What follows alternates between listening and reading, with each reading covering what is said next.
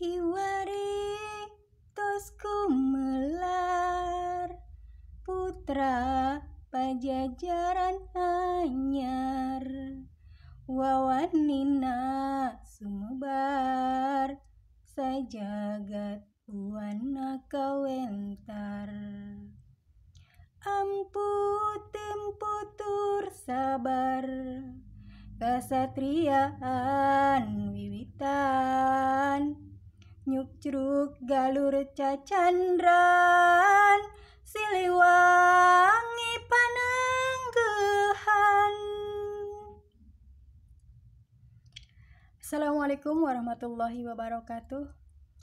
Bismillahirrahmanirrahim. Wala ilaha illallah Muhammad Rasulullah wala haula wala quwata illa billah. Dengan channel Tukang Kebun dan Kucing yang setia di sini, pada kesempatan kali ini saya ingin mengetengahkan sebuah bahasan khusus merupakan tema yang diminta oleh salah satu komentator dan juga pengunjung channel kita, yaitu mengenai apakah Budak Angon itu sama dengan Satrio Piningit dan dari manakah beliau berasal. Saya akan mengetengahkan dan membahas permasalahan ini dengan berdasarkan kepada serat-serat peninggalan leluhur kita, terutama dari peninggalan beliau Prabu Jayabaya dan juga Prabu Siliwangi. Saya selalu menggunakan dua sumber literatur tersebut dikarenakan memang hanya dari beliau berdualah kita kemudian bisa mengetahui tentang akan datangnya sosok Budak Angon atau Satrio Piningit. Apabila tidak melalui kabar dari beliau berdua, tidak mungkin kita akan mengetahui kabar mengenai kedatangan sosok ini. Bagaimanapun, apabila ada pihak-pihak tertentu yang kemudian mengaitkan informasi mengenai kedatangan Budak Angon atau Satrio Piningit bukan dari bersumber kepada beliau Prabu Jayabaya atau Prabu Siliwangi, maka otomatis pendapatnya tersebut adalah gugur. Kecuali apabila dia bisa memberikan bukti berupa pustaka-pustaka leluhur kita yang lebih tua dan lebih purba daripada zaman beliau Prabu Siliwangi dan juga zaman beliau Prabu Jayabaya. Sosok Budak Angon atau Satrio Piningit, ada yang menyatakan merupakan sosok yang berbeda. Akan tetapi, yang sebenarnya sosok Budak Angon atau Satrio Piningit itu adalah sosok yang sama. Beliau, Prabu Jayabaya, menyatakan tentang sosok yang kemudian dikenal sebagai Tunjung Seta, di mana di salah satu seratnya yang lain beliau menyatakan bahwa sosok ini dengan berbagai macam ciri-cirinya merupakan sosok yang akan menjadi Ratu Adil, di mana beliau menyatakannya sebagai cecaloning Ratu Adil. Sedangkan beliau Prabu Siliwangi juga menyatakan tentang sosok Ratu Adil ini. Siapakah sosok Ratu Adil tersebut? Nanti juga kalian akan mengetahuinya. Secara tidak langsung, secara implisit beliau Prabu Siliwangi mengarahkan bahwasanya sosok Budak Angon inilah yang akan menjadi Ratu Adil, alias Budak Angon adalah calon Ratu Adil.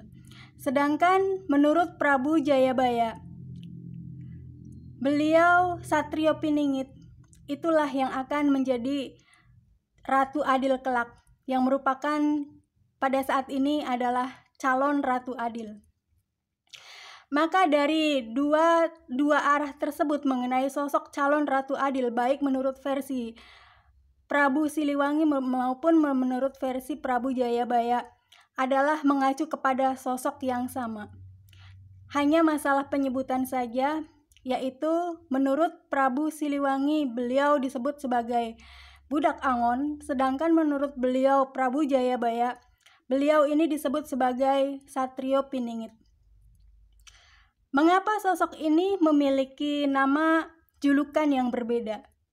Tentu saja karena ada urusannya dengan lelakon-lelakon yang disampaikan dengan melihat atau menekankan sisi yang berbeda, di mana beliau Prabu Siliwangi menekankan sosok budak Angon ini sebagai sosok yang mencari reranting dan juga mengumpulkan dedaunan.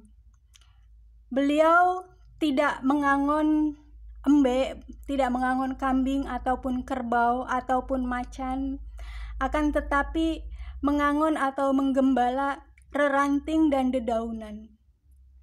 Apa maksud dari reranting dan dedaunan itu? Yaitu mengangon yang berhubungan dengan mencari sejarah dan juga mencari garis leluhurnya, sehingga beliau mengetahui tentang titik temu sesuatu di mana sesuatu tersebut sangat berhubungan dengan tugasnya sebagai calon pemimpin di masa yang akan datang. Sedangkan menurut Prabu Jayabaya, mengapa sosok ini disebut sebagai Satrio Piningit? Karena memang beliau sangat tersembunyi, sangat terpingit.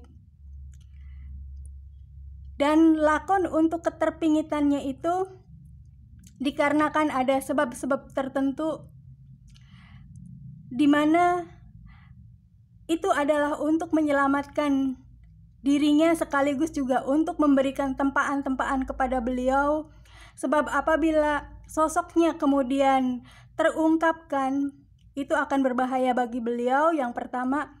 Yang kedua, beliau tidak akan belajar banyak hal manakala beliau diketahui jati dirinya.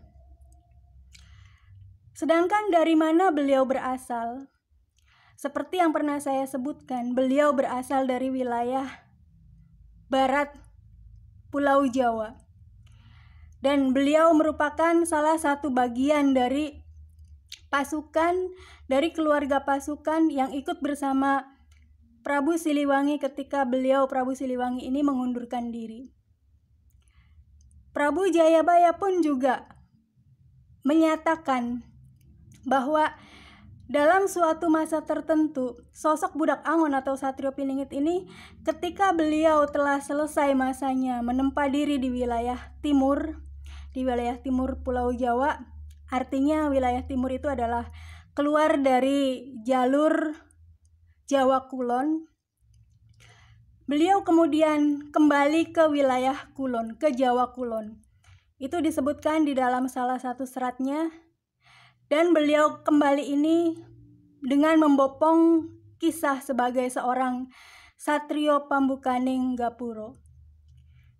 Demikian yang bisa saya sampaikan, mudah-mudahan yang meminta konten ini bisa terpuaskan. Kita berjumpa kembali di konten yang lainnya. Wabillahi taufiq wal hidayah wal inayah. Wassalamualaikum warahmatullahi taala wabarakatuh.